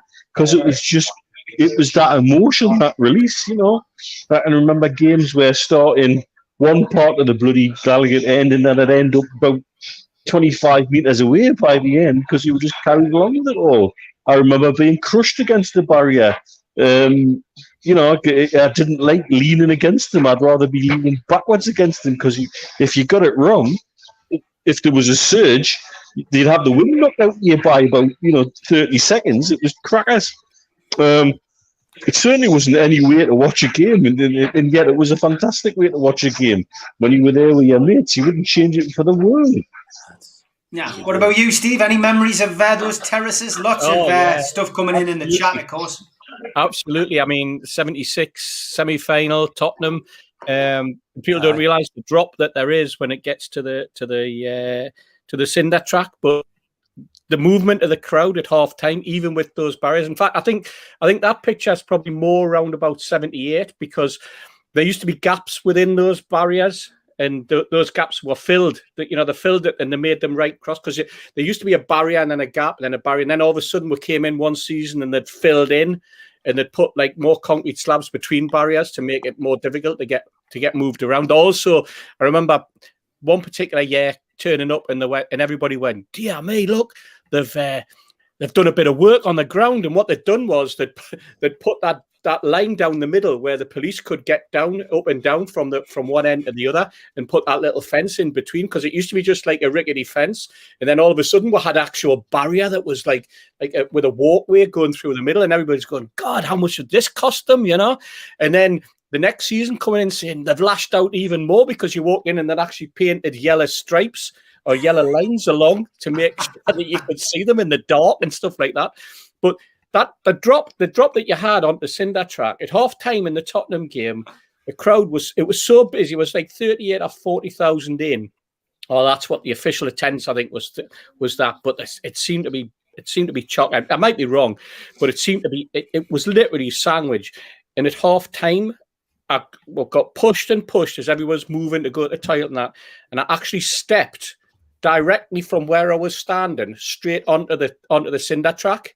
So that meant I was 3 foot up in the air, and I didn't even know I was 3 foot in the air because you were so squashed. And there was also like the lads that used to stand on the barrier, like the big lads, because it's the 70s, the big lads that would stand on the barrier and they would be giving the chant and giving you a go. And then all of a sudden, one of them would come landing on you because some other big lad or his mate would have given him a push like that, and he would have come tumbling down, or somebody would have turned around because he was standing and blocking the view, and all that type of carry on that used to go on, and there was never like bother about it. But it was just that sort of, there was a camaraderie, there was a feeling of togetherness when you were on the terraces, and you don't get that in the seats now. I mean, all of that, this is all consigned to history, isn't it? But that camaraderie that you had, that you were standing next to somebody that you could move, and then all of a sudden there's somebody else standing between you and your mate, and you're thinking, where's he come from? Because you were moving around and everything was going, all of that. It was great. I mean, you got soaked. It was constantly raining, but the atmosphere was great. Like I say, the camaraderie was great. The whole, I mean, I know it's nostalgia, and I know that we get hepped up. Some of the stuff we saw on the pitch was great. Some of the stuff we saw on the pitch was shocking. Over the years, I was unlucky. I wasn't in the Gallagher end for that game, for the Keegan game. I was in the paddock. But I still had a great view because I was right on level when Imre Varadi knocked the ball on, and then they went forward, And I just remember watching. It was obviously Keith and all his mates for his 21st just come tumbling down the terraces, Classic. Some great stories being shared. Terence Ross says, Charlton home midweek, stood there, just got in eating my pie. We scored after 40 seconds and the pie flew into the air and landed on a big lad's face. He was proper angry and looking for the culprit. Hence I moved. Steve, I remember one game against Charlton where one of their players got the ball. We were actually standing on the other side. One of the players got the ball right on the touchline, like on the touchline there.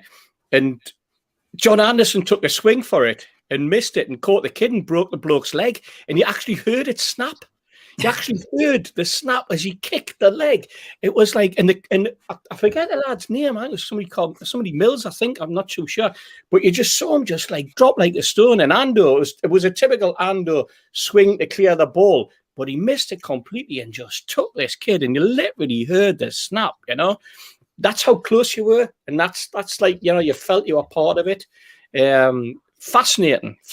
Terraces were great, I'd love to see Safe Standing come back, mind, in some way, shape or form at Newcastle United, just so that we could get more people in, and maybe that would help that situation that we're having, and we feel as though is going to be a difficulty in the years to come if we have the success and we can't get as many people in. I'd like to think we could squeeze more people in because you had people standing. It's probably a pipe dream of mine, but... Yeah, I think it's great. I mean, we you know, thanks to you, Stephen, the FSA, we managed to get what it would look like, didn't we? We managed to get an actual Right. like a seat which moved up, which allowed terracing. We got that in the old number 9 bar in Stell Street, didn't we? That's right, we did, yeah. And what a great afternoon that was, you know. I mean, we had the place packed out. Loads of people came to see what the real seats would look like. That was whoa, that was quite a way back, wasn't it, Steve? That must have been 2014, 2015, maybe a bit later. Easy. John Dorch, I think, is the lad who was campaigning with the FSA at the time, or the FSF. And he was doing roadshows and he was travelling around and he brought the rail seats and loads of lads stood and got their photographs taken on it, and the press came along and everybody got the opportunity to see how good it was. And it was that point we actually got representatives from the club, Lee Marshall and a couple of others came along and saw what the rail seats were. And then I know that there was a conversation with the club. We talked about rail seats and whether it was possible to get them on the Gallagher end at the time. And I remember one of your pals, Mitch, he was a structural engineer, and he felt as though it wasn't quite possible because of the way that the Gallagher end had been put together, that with the engineering and the forces and such like that, you couldn't have that particular set of rail seats because those rail seats were designed where you would have one seat for say a European game, but you could have the space for 3 people standing, so you could actually increase exponentially the attendance who are standing.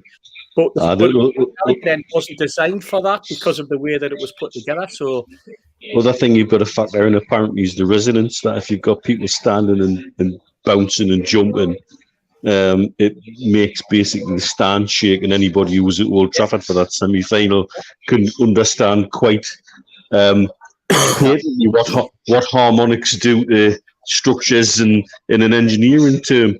So you're right, to put rail seats in somewhere, you've got to have something that can handle a very different dynamic in terms of what people are doing to the stand when they're celebrating a goal, for example. What you don't want is a situation where the stand's bending to the point of stress failure. It's not just a case of banging rail seats in and saying, hey, you can't all go and stand there. It has to be all worked out properly. That's right. I think the rail seats that they were talking about, like I say, was it was 3-1 on a European game, 1 seat. When it wasn't being used, you could have 3 people standing around it. And I think what you're going to end up with is a seat or a stand and the option of one or the other. So it's just one or the other. So it's basically just standing leaning against where you would have been sitting. And it's not going to increase the volume or the attendance of a particular set of terracing, it's not going to... The way that they're talking about it and what's been proposed in Man City or in Man United, who apparently are going for it, and Wolves apparently who are asking for it to be one of the clubs that are used as a test bed for it. Let's see what happens. Great comment in the chat though.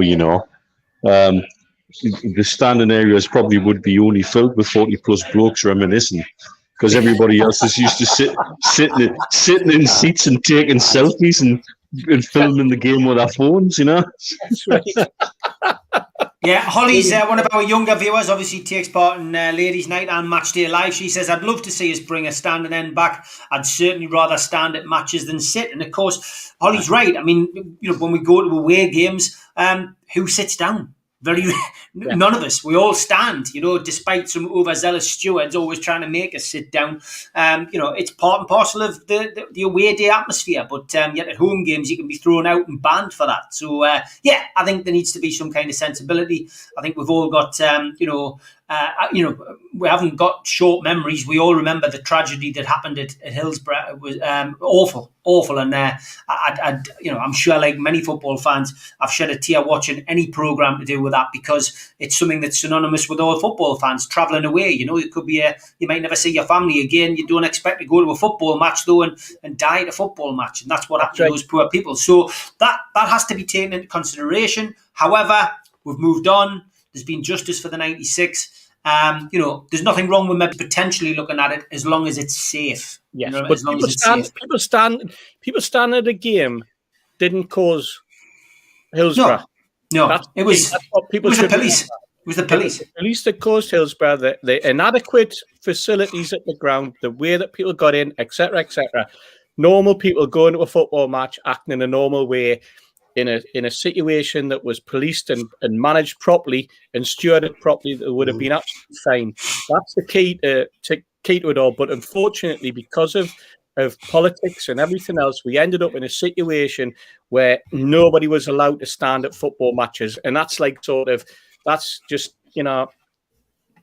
absolutely wrong.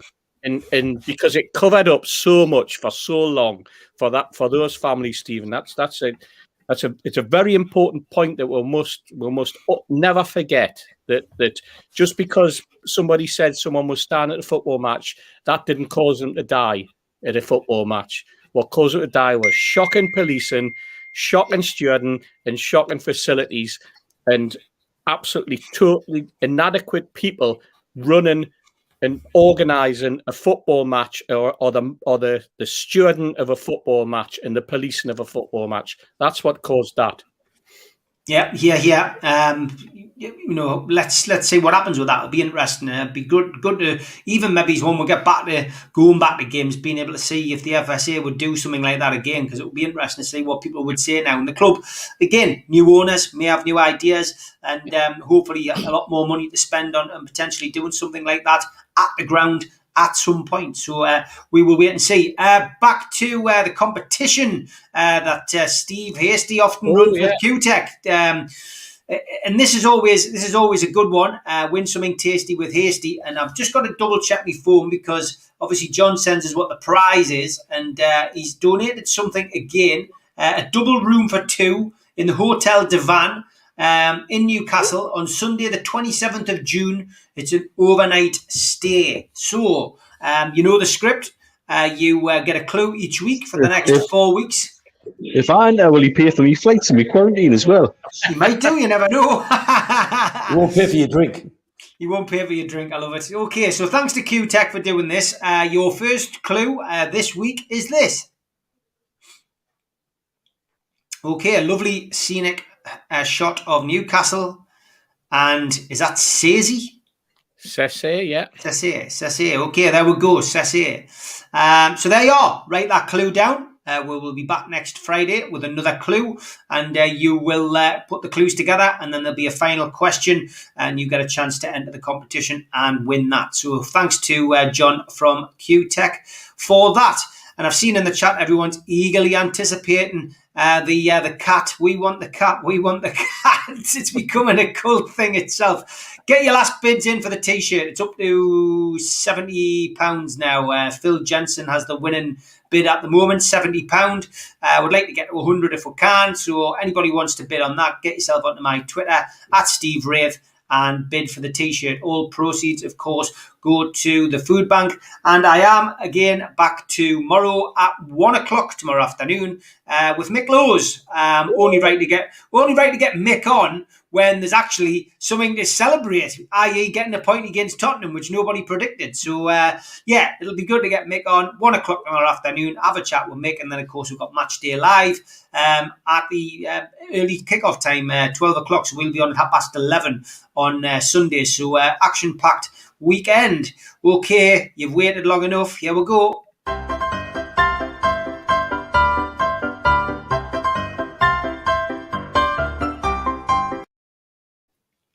Yeah, you love it, don't you? You love that cat. Okay, well, I picked two this week, and I might leave it to the lads to decide which one they think is the best. We've got somebody who's quite blunt and somebody who's quite cryptic. Somebody who I've never heard of, and somebody who apparently is a regular critic of mine, but I've never ever seen them be a regular critic of mine. So we'll go for this one first. This is from Rai Muno. Steve, the anorexic, bald paedophile guy, has more meat on his dome than on his chest. The skinny bastard. He's the one and only narcissistic, goat-looking prick. Oh, Steve Wraith. Now, that is... doesn't rhyme. It's got no lyrics. He's put some music at the end with a clap in hand. But yeah, I mean, he put a lot of effort into that. I'm not gonna criticize him for his spelling, but yeah, that's the first one. I don't think it'll catch on. This is the second one. This is from Elvin. Now, I put a chat out about the pledge yesterday. I had a good chat with TF Alex 1892 and NUFC 1980-1984 last week regarding the pledge. I was on the NUFC trust board when the idea was first mooted. They've got it this far. Good luck to them. If you back it, then make a pledge. If you don't, then keep your cash. Simple. That was my tweet. That was my tweet about the whole pledge scheme. You know, not negative whatsoever, just giving my opinion. Evan, apparently, who gets on a regular basis, but I never see him or her or whatever, said, I was at the front of the crowd and suggested to Jesus that it might be an idea to use a cocktail shaker to turn the water into wine. Is there anything this bloke won't try and take a bit of credit for? I've got to be honest, that one probably pips it. Keith, what's your view? Well, it's got to be that. I mean, he's demented. Mitch, you're not mate. Is that for that you? One, mate. Yeah. I mean, I invented marmalade and the hovercraft, so he can go shove himself. Steve makes no difference. You're in that X Factor hot seat here, Steve. Where it doesn't matter because they've already eliminated the other person. Yeah, exactly. You know, so I have to go with it. But absolutely brilliant. You know, I feel I need to correct something here because I think a couple of people who I saw chuck criticism at Steve over the pledge and what have you are very confused about when Steve was on the board of NUST and when myself and Steve Hasty were on the board of NUST. We were there at the start. We asked Steve to join, and he declined. He refused. And I remember the conversation the Irish Centre to this day, and he used a phrase that you still use about yourself to this day: divisive. You're too divisive, and you didn't want to get involved at that stage because you were too divisive. And so there's absolutely no way that anybody turning their guns on you saying, "Oh well, because he was part of the board 10 years ago," and blah blah blah blah blah. He wasn't.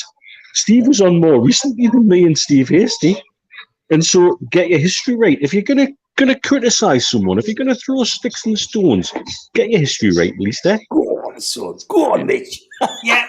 I think they were mistaking me and Steve Hasty. Go on, Mitch. I was just going to say, but we've also got to caveat that with the fact that we were told, if I remember rightly, Mitch, that there was two people we should avoid having anything to do with the Supporters Trust at the time, and one of them was you, Steve. We were actually told to avoid you. I mean, why we were told to avoid you, I don't know, but that's the nature of football. Steve, in hindsight, we both know. Yes. I tell you, you're lying, Mr. Hasty. You say, no, you do know. You know, you do know. You said that many times to me. I was warned off him, and I wish I'd listened. That's what you said to me. That's for another show. But anyway, well done. And here it is again. Here's the cat.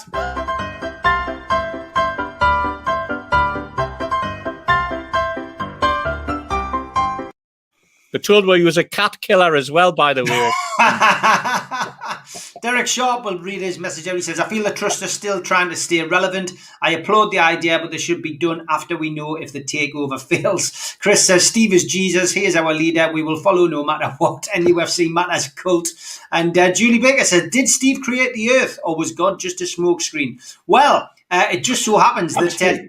It just so happens that John from QTech has done the next T-shirt, which will be going up at 7:30 tonight for the food bank. And of course, it is an absolute belter. It is a one-off. Don't forget, and it's the new NUFC Matters logo at the top. Steve Wraith is God T-shirt.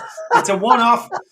This does come with a health warning because I think if you wear that in at any home game, somebody might take offence at it. Filled in. You might do, yeah. You never know. So that one will be going up at 7:30. That one will be going up at 7:30 tonight. 10 minutes left to get your bid in for the other one, and I will announce that. Which God, though? Are we talking sort of monotheistic, or are we talking of a pantheon of gods? Are you one of a part of many gods? Who knows? I just have the name. I don't design the T-shirts, mate. Okay, last half hour, we're going to spend talking about this forthcoming game, which is, of course, Burnley. We play them on Sunday, which we know that obviously Fulham and Wolves are playing tonight. Hopefully that will go the way we want it to. Steve Bruce, of course, speaking today, has confirmed that Jamal Lascelles has suffered a suspected stress fracture in his foot, so will definitely miss the game. Obviously, further scans could prove that his season is over.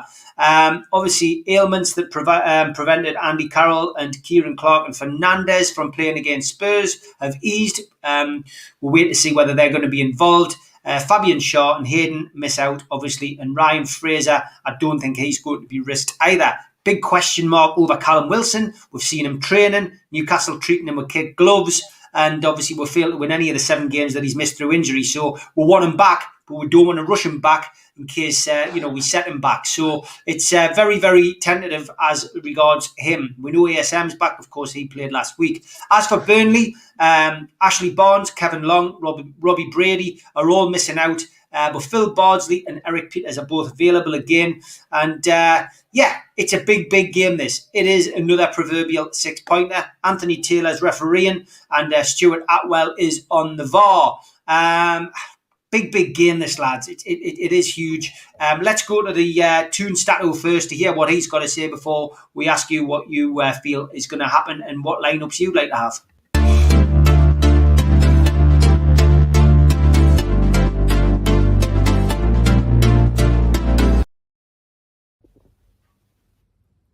Hello, Steve. Hello, amigos.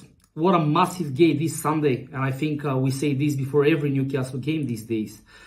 Newcastle Burnley hasn't been a classic in the Premier League. It's only 9 games between the two sides so far. And Newcastle has 3 wins, 4 draws, and 2 defeats. I still remember the home game against Burnley last season when me and some mates of mine, we went all the way from Bulgaria to Newcastle to see the game live.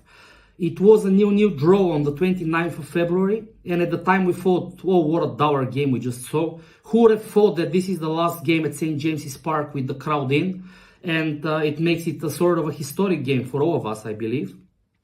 In the history, maybe the most famous game between the two sides is the 1974 FA Cup semi-final, the famous performance by Supermac when he scored the 2 goals for Newcastle in a 2-0 win. In the Premier League years, maybe the most notable was in season 18-19 with Rafa when we did the double over Burnley. We beat them 2-1 at Turf Moor and 2-0 at St. James's Park with the fantastic goal by Fabian Schär and the first goal for the club in the Premier League by Sean Longstaff. So what are the odds for a 1-0 win on Sunday with a Jeff Hendrick winner? Do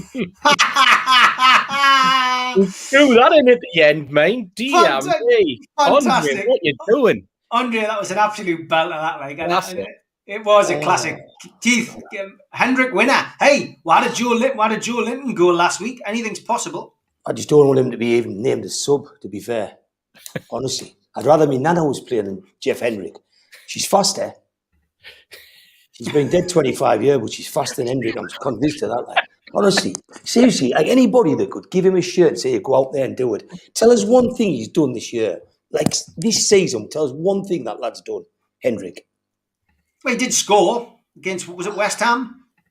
Probably hit him on the arse. Seriously, like we've got a game here, we've got to win. I've just been reading Furriel Mags again. I tell you what, some water in the Furriel night. He's got Fulham to get beat 2-0 tonight, and Newcastle to win 3-0 on Sunday.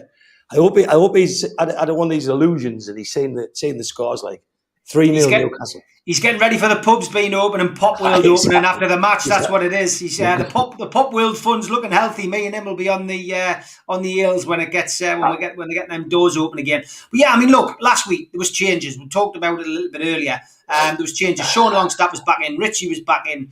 There was changes. There was shoots. There was shoots of positivity last week. We got a point we didn't expect. Are you expecting him to keep more or less the same, the same team? Obviously, we know Lascelles is missing now, but, are those players, did they do enough to stay in? Longstaff, Richie? I'd play them again, mate. I mean, Longstaff needs games.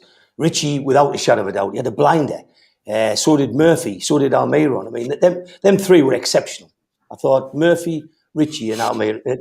Richie epitomised everything he's about. He screamed for it, he made his... And I think he has a presence. I think he's shouting and I think he's getting up to players.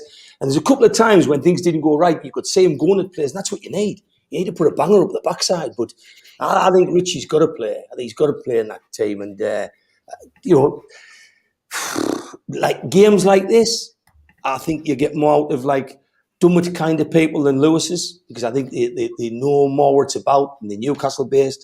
And that's why if Wilson doesn't play, I'd have no hesitation whatsoever in throwing Carroll in there and cause mayhem. Just say, go on there, so run yourself into the ground and kick everything that moves. But I think, I think Carroll's got something to prove, and I would if Wilson doesn't play, that's who I'd put in. Midfield, Murphy has to play after last week. I think ESM will be a week further on, so I think he'd be fitter. He was unfit last week, and talking during this week, the contact said that he wasn't fit when he went on, and they knew. But he did play a part in that goal, so you cannot take that away from him. And Willock came on and scored, so I'd get him back in as well. So Almiron was exceptional. It's just what it is. It's a case of who we dare risk, because if you can start with Almiron, Wilson, and St Maxim, it's a different team. It's a different set of class. It's a different team to defend against. But if he names that team on Sunday and puts the likes of Hendrick in, takes Richie out, I mean, seriously, I don't think I'll watch it. He's dog shit. Yeah, I think ultimately Murphy has played his part as well. He's keen as mustard, and I know being a Newcastle fan, maybe he doesn't mean a lot to some people. I think that counts for a lot as a player, Keith. I think he's black and white, and he's given that little bit extra. Dummett's back in, he's black and white, he's given a little bit extra, and it's the same reason that I've been championing Carroll for the last few weeks to get some kind of involvement, because look, he'll want to run that extra yard. He'll put his body on the line for the club because he's black and white. Yeah, absolutely. I mean, mate, I'm looking at it and I'm thinking, you know what? Horses for courses. Yeah, I wouldn't go with a back five against Burnley. I would be going with a back four, and I would be playing 4 in the midfield, and I'd be playing 2 up front. I would be matching them like for like. That's the way I would go, first of all. But I think we've got more creative players than them, and I think yes, they're a workman-like team, so I also want players in there that are going to work. And for that reason, I'm not going to have Shelby in my team. For that reason, I'm going to have Richie in my team. For that reason, I want a player with a little bit of ability to get across into the box. And I know that they've got big defenders, and they've got, they've got the likes of me, and they've got the Tarkowski and people like that. But that's why I want Murphy to be able to deliver passes. That's why I want Richie to deliver passes into the box. I want to see the likes of Willock who can come in and Willock. I mean, I think Willock's record is that he's had more tackles, he's had more touches in the games he's played than anybody else. And I think Willock and Sean Longstaff together in the midfield is the sort of attitude that I'm looking for. So it's all well and good having ASM fit, but I know for a fact that if you play ASM against a Burnley, and I don't think he is fit, by the way, I think he's maybe 2/3 of the way there, then I'm in the situation where I'm thinking, do I want them to get kicked off the park by a team like Burnley? No, I don't, because I know for a fact that that's what their manager will do.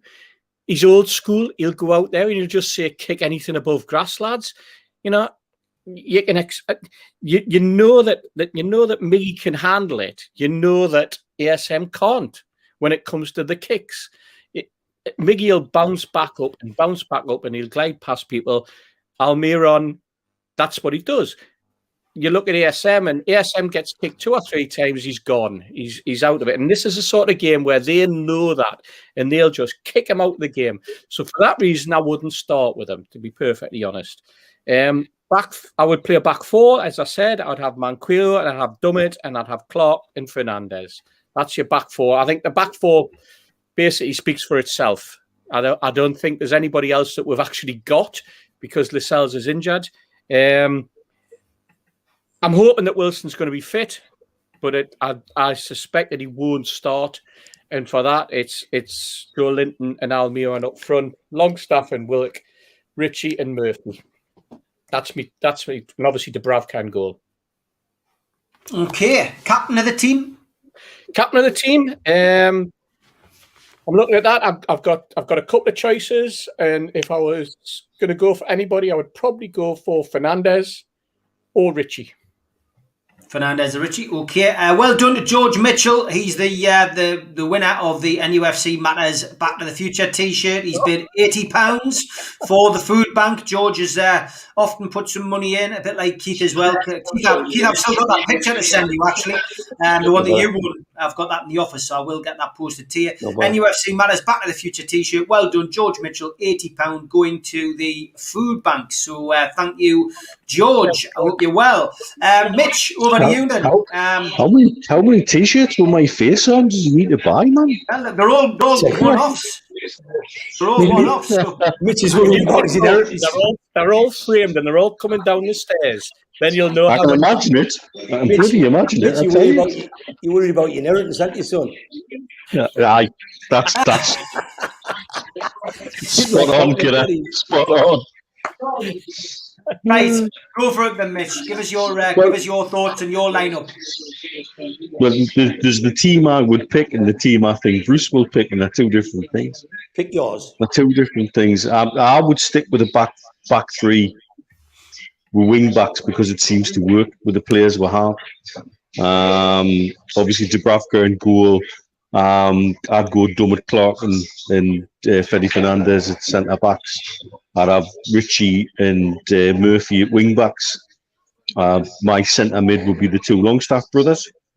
I'd have Willock playing ahead of them, and I would start with Almiron off Joe Linton, simply because I'm hearing that ASM's maybe 70% fit, and I don't want to see him punting up the backside every 5 minutes. I'm hearing Wilson's 50-50.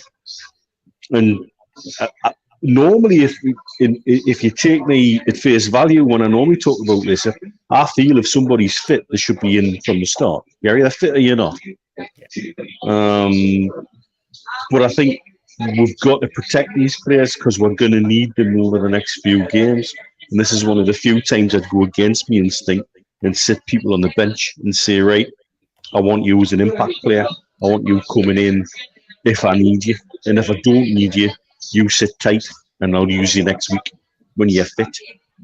And I think that's the way to go. I get the idea. I also want as many bodies in who can defend against the certainly a physical Burnley side, shall we say. And that's what playing with the three centre-backs gives you. It gives you an extra somebody picking up the corners. And the captain would actually be Dummett. Right. Yeah. Just because I think he can, and I think he knows the score, you know, and I think he's super underrated. Who do you think super underrated? Mitch, who do you think he will pick? Or you said Bruce will pick somebody else. Well, he's going to have Shelby in the team, and Shelby will have the captain's armband. And Hendrick. And that's Bruce all over. I'm not sure necessarily Hendrick will be in, but I know fine well Shelby will be in. Kraft. I'd rather not. I look. I get the thinking, right? If you're going to play a back three, and you've got two players in Dummett on the left, who's naturally left-footed, and Kraft on the right, who's naturally right-footed, and they're both nominally full-backs who can play centre-back, that actually kind of works. There's almost a bit of logic there. It goes totally against the grain of Steve Bruce and his random team selections. Maybe it's not Steve Bruce's selection, perhaps. I don't know. But I get the thinking behind that. The thinking behind that is you've got a centre-back, and then you've got the two centre-backs who are either side, who have mobility and a bit more pace, theoretically, who can then go out and cover the wing-back positions when they're caught upfield. So you almost become a back four when you're not in possession and a back three when you're in possession. I kind of get the thinking behind it. Sadly, Kraft's about as much use as a cheese slice. And so he doesn't, yes, he kind of fits, but he doesn't work, you know? It's frustrating because you look at him and you think this lad should have everything. Swedish international fullback, he's got height, he's got pace, allegedly, you know, and he should be able to do whatever, and he just looks useless.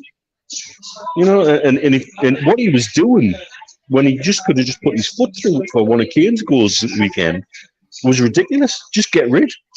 Just put your foot through it. Don't just stand there and do this funny little curtsy. Just stick your foot through it. Yeah, okay. There's been a bit of chat in the chat tonight about Lejeune, Keith. Lots of people have seen it mentioned before. Would, you know, with Lascelles, if he's out for the rest of the season, you know, I don't think he can be called back. Can he? Can he be called back? And even no if he recalling the loan, mate. There's not. Okay, so is that a player that you'd like to see come back next season? Then, Keith, is it somebody who you'd like to see back in a black and white shirt? He's had a good season by all accounts. Somebody said, we were talking the other day about players, and we were talking about centre halves, and Lejeune was mentioned, and who was the lad who was injured? Who just got injured now? Lascelles, Fernand, Shaw. Shaw. We're talking about them two, and they just said, you know, what two cracking players they were under Rafa. Because when you saw them play under Rafa, Shaw just looked world class under Rafa. And we talked about it, and they just said that they've been bruised. You know what I mean? The two of them's been bruised. And then they talked about that happening to Willock, and they've talked about that happening to like lots of players. And Lejeune, to me, looked like the most complete player. You know, 12, 18 months ago, I really liked him. I always liked Lejeune. I always thought he was a cracking player. And Shaw, and would never have thought of selling any of them. Now, Fernandez, for me, is the one that stands out the most. He's the player that, you know, if I was picking one centre-half, I'd pick him all the time. But, you know, I've got to admit that whether it's Bruce's fault or not, it doesn't seem as though Shaw or Lejeune's been the same player for 12 or 18 months. Since that time, they just don't seem to have done anything with Bruce. But you don't know the impact he's got. You know what I mean? You mean, look at the Longstaffs. Yeah. They look like fish out of water. And, you know, it must be the impact a man can make. I mean, you never know, but this Hendrick might be like Pelly, really, if he went to another club, but it might just be what Bruce does with him. Yeah, it's true. It's true. Got to say happy birthday to Marty Eisted, by the way, in the chat. That. Happy birthday to you, mate. I hope you have happy birthday, Marty. Happy birthday. Getting back to that, Steve, it's interesting what you say, but like Keith's the same, but I looked at that and I thought, should we play Clark and Lascelles, Clark and Dummett as we're two central defenders? And then I went, he'll not play them because they're both left-footed, or they're both predominantly left. Certainly, Dummett is totally left-footed, and Clark is more predominantly. I think what you had when you had Lejeune, Lascelles, and Shaw in Rapa's team, you had a bit of balance. And I think the one thing that Bruce has struggled with is getting that balance. He's reluctant. And it's a strange thing, because if you have two right-footed central defenders, it seems to be okay. But if you have two left-footed central defenders, people shy away from it and they go, "Oh, that's a problem. That's like you can't have two left-footed players in a central defence." But you can have two right-footed players in a central defence, and I don't quite get that, you know. But it's all down to balance, and it's all down to how a manager sees it. And Rafa certainly had the balance of his when he eventually, and if you remember rightly, we've talked about Rafa before, and we've talked about Shaw, and he said that Shaw could not play in a 4, and it took him a while to get the rest of them to be able to play with Shaw in a 5. And that's what when we were at the training ground, that's what he talked about. He talked about that and talked about the importance of balance, and he talked about the importance of getting the players to, and he wasn't prepared to play Shaw in a 4. He wanted to make sure that all the others were comfortable so he could bring Shaw into a 5 or a 3, as we're talking about. I mean, you talk about back 3, back 5. It's that balance that you have to bring in, and this is the difficulty that managers have. And some managers have a style of play that they want to, you know, that like we're talking about the Burnley manager. He will play a 4-4-2. He is the typical British English manager, 4-4-2. It's the old stance, isn't it, that takes place, and it's the old joke from the movie. But he'll not budge, and he'll put a team out that's physical and such like that. And sometimes you have to go out and match them, and that's why I think that you go out tomorrow with a 4-4-2 and match them. You don't give them an excuse. You don't give them a way of breaking you down. You match them face to face, up front, 4-4-2, and it's a conundrum. And you look at the teams that Keith picked, you look at the teams that Neil's picked. Steve, you haven't picked a team yet, and I'm sure you will. But you look at those, and we've all got different opinions, but we've all using the same personnel, or virtually the same personnel, in a slightly different way. And that's what's fascinating about football. That's why we enjoy football so much, and that's why I enjoy the banter. And that's why people turn around and say to us off air that this is like being in the pub talking to your mates, because it is, because that's the chat, that's the argument, that's the discussion you have on a Friday night when you could go into the pub and you were talking about what was going to happen on Saturday, and you were having great banter with your pals. That's what it's about. That's football. That's why I enjoy doing this show. That's why I enjoy being in you guys' company, even though it's distance. And that's why I cannot wait for the time when the pubs are open and we're all free, and Mitch is over here, and we're all doing this, and we might do it from the Strawberry, or we might do it from the Irish Centre, or whatever, and have we're all sitting around the table doing it some particular time. That would be great. That's what we're looking forward to. That's just sat here laughing at you when you said that. You said something earlier on. You goes, it's the one thing that Bruce hasn't got right. And I just burst out laughing. I'm sorry, but I was thinking when you said, what's the one thing Bruce hasn't got right? And I thought you were going to say everything. I don't think he's got anything right at all. And then I've got Liam Kennedy on here texting us saying, "You're on again. Do you like the limelight, Mr. Poser?" No. He's sending swear words to us. And then the Furiel Mags comes back on again and says on the chat, he says, "Oh, Lookman's not playing, so I'm changing my prediction. 3-0 to Wolves." My God, I hope that man's predictions this weekend's right, because I tell you what, the pubs will open early. We should put up there 3-0. Yeah. How is Steve? Who would you pick? Who do you pick, Steve? I've got to be honest, 4-4-2. I've said this before. 4-4-2 is definitely the formation I play. Anybody who played football for me in the amateur league will tell you that I've very rarely changed. And Dubravka in goal is a must. I think now. I think we're lucky. We're spoiled for choice with the two goalkeepers. We could play either. I don't think it would make much of a difference. Obviously we're limited on our centre halves. Fernandez is coming back in. You'd like to see Fernandez in there. I think he's great. I'd love to play Shaw, but obviously he's knackered. I think you've got nothing but Fernandez and Clark. You could play Dummett centre half. I know it's an argument a lot of people have talked about in recent times. Dummett makes a better centre half than he does a full back, which would give you a different option. I would always play Manquillo at right back, and I would play Dummett at left back. So there's your back four and your goalkeeper. And then after that, I would take a gamble on playing Matt Ritchie as centre midfield in that holding role, and playing Sean Longstaff or Matty Longstaff alongside him, pushing on. Do you know what I mean? Or playing Almiron in there. But I mean, for tomorrow, I think you need a bit. I think you need legs, but you need height. They're a physical team, aren't they, Burnley? I know he's going to go with Shelvey, and I know Shelvey's going to get the captaincy. I think he'll leave Longstaff in there, and I think on the right and left, I'd love to see Murphy get a game, and I'd love to see Ritchie play. And then up front, I would stick with Joe Linton tomorrow, because he played well last week and he got a goal. His confidence might be up. He's been doing extra training, according to Mitch, stopping back. Maybe that's the right way to go. And then alongside him, is Wilson fit? I'd play Wilson if he is. No good putting him on the bench. If he's fit enough to be on the bench, he's fit enough to start. If not, go with Almiron. He'll run all day, and he put the ball in the back. And then you've got ASM on the bench then to come on. It's tough. Steve Bruce's job's tough at the moment. But what we like Mitch says, what he picks and what we pick's two completely different things. But I think you go 4-4-2, you can't go wrong. Andy Carroll again, do you start him? Do you give him a start like Life Goals and somebody else has said in the chat there before? I mean, do you start him? Give him 30 minutes. If he gets knackered, you take him off and then bring Joe Linton on. But I don't think you should tinker too much with what happened last week. Yeah. Looking at it, I think we've got enforced changes. I would drop Kraft. I'd bring Manquillo in, slot Fernandez in for Lascelles, and then leave it as it is. Do you know what I mean? Don't make too many changes, because again, you're coming into the business end of the season, and people's confidence as well. People's confidence takes a nosedive if they've had a good game last week and then suddenly they find themselves on the bench for no reason. It's one of those situations. It's tough.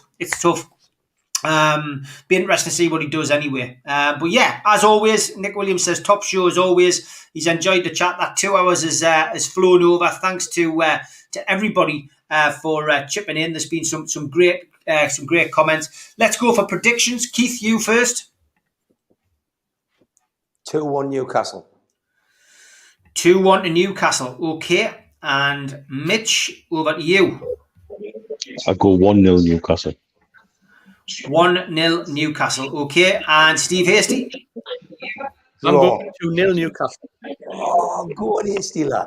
2-0 Newcastle. Okay, good stuff. Well, there you go. Well, I'm going to go for a Newcastle win as well. I'm going to go 2-1 as well. Yeah, I think there'll be goals. There'll be a couple of goals in it. But fantastic, lads. Great show. Hang on, Steve, is that Dewey shouting in the background something about 3-1? Yeah, it will be. Well, you would be. Tell you what, though, overheard him earlier today arguing with his missus on the phone. And she said to him, I've got 14 reasons to leave you. And then she said, I've got 14 reasons to leave you and your tennis obsession. And he says, that's 15, love. And that's your dad joke for the week.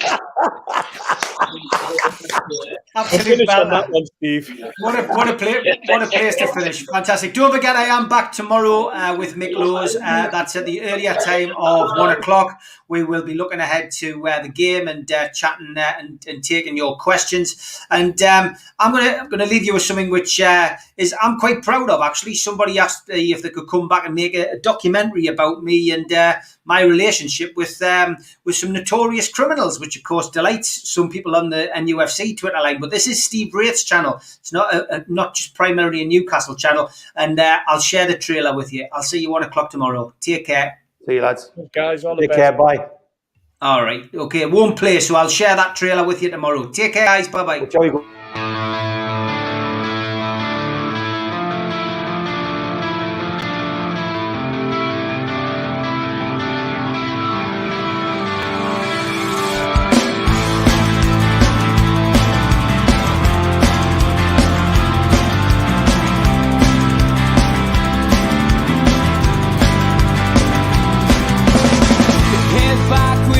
Attack. It feels like I've been talking to myself again.